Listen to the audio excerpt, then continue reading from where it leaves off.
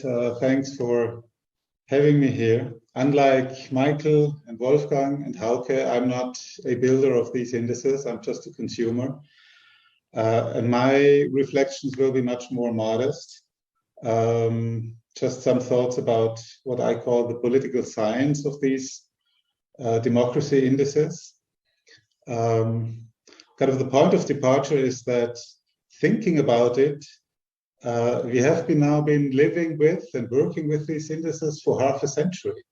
Freedom House starts its time series in 73, 74. And really the whole enterprise of comparative political science, and in particular the enterprise of the comparative study of democracy, authoritarianism, regime stability, regime change, it would be unthinkable without these indices. So we really owe them a huge debt. And of course we can, we still think in terms of Freedom House, Polity, Bertelsmann, but of course today the varieties of democracy, that huge flagship tanker cruiser in this enterprise is kind of dominating the scene, and it's basically varieties of democracy I have in mind in my reflections. So they have created a huge public good, a global public good. I've been using it, as I said. I will continue using it, but still I will try to shed a bit a kind of a glance from the outside, basically asking a question, kind of stating the obvious, but asking a question we probably don't ask in an ordinary fashion, or usually when we use those indicators, kind of what conception of politics lies behind these indicators, or put differently from our academic perspective, what kind of political science do they invite to conduct us? And my basic idea is that they allow us to throw a macro perspective on politics, and we probably should not exactly move towards, but at least complement this macro perspective with more micrological approaches to politics. So just one thing which is blatantly which is so obvious that we often tend to overlook it, kind of the aggregate nature of these data. All these indices have a very basic structure. The unit of analysis are regime years or country years. So all data are kind of processed through a twin, through two steps of aggregation. That's a temporal aggregation across the year, and there's a spatial aggregation across the nation state, basically the political unit. And even if, as Michael told us, VDEM is disaggregated and specific at a dissing level with its 400 and something indicators, still most of these indicators are aggregated and generalized in very same way. They have different objects of observation. Sometimes it's institutions like judiciaries, or election management bodies. Sometimes it's actors like parties or social movements, or relations, as in political polarization or in judicial independence, or sometimes it's acts or actions by political actors like censorship or mobilization against democracy. But in all these objects of analysis, we have that generalization across time and across space. So we always hear, be it in terms of levels, how autonomous are universities, for example, or in terms of shares, which proportion of the citizenry engages in politics, or in terms of frequencies, how often do we see societal violence, for example, in the country. So at this level, and in this perspective of this twin aggregation, of course, what we see in terms of politics is kind of very, very thin. Most political processes, conflicts, conflictive interactions, events are stored away into a black box. And the even when those indices focus on political actions of political actors, basically everything gets flattened into national one-year averages. So they cannot do otherwise than tell very thin stories. So if you look, for example, just right now with the 6th January hearings in the US Congress, if you look at the 2020 election in the United States, a highly dramatic, highly publicized, highly debated series of events.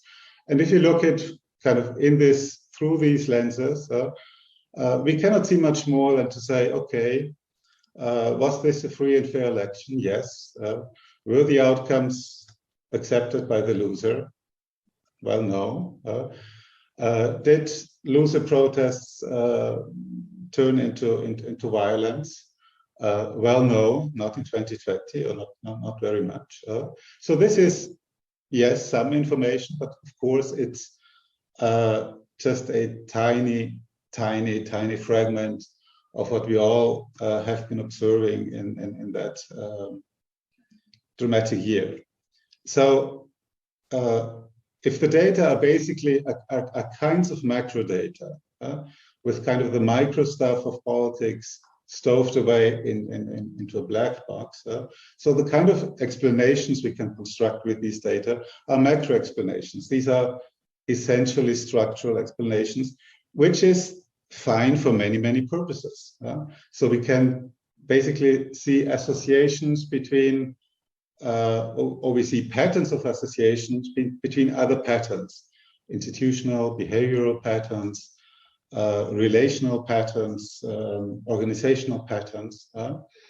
And of course, there are many questions which are interesting. But still, the question I pose here is, what do we lose by looking at politics in this way? To what extent does politics still matter?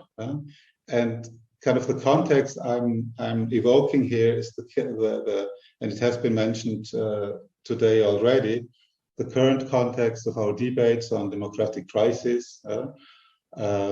Since 10, 20 years that we have been discussing or debating about the backsliding of democracy, democratic subversion, the stagnation of democracy, etc.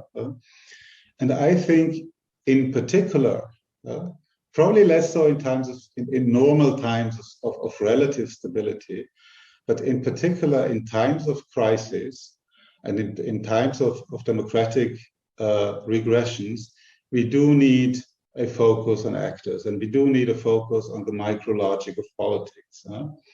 I just would like to evoke kind of old findings by Adam Przeworski and his co-authors. Famously, Przeworski in Democracy and Development, they said transitions to democracy are determined by actors. They are the work of actors. They are random from a structural perspective. They are not a product of context or structures.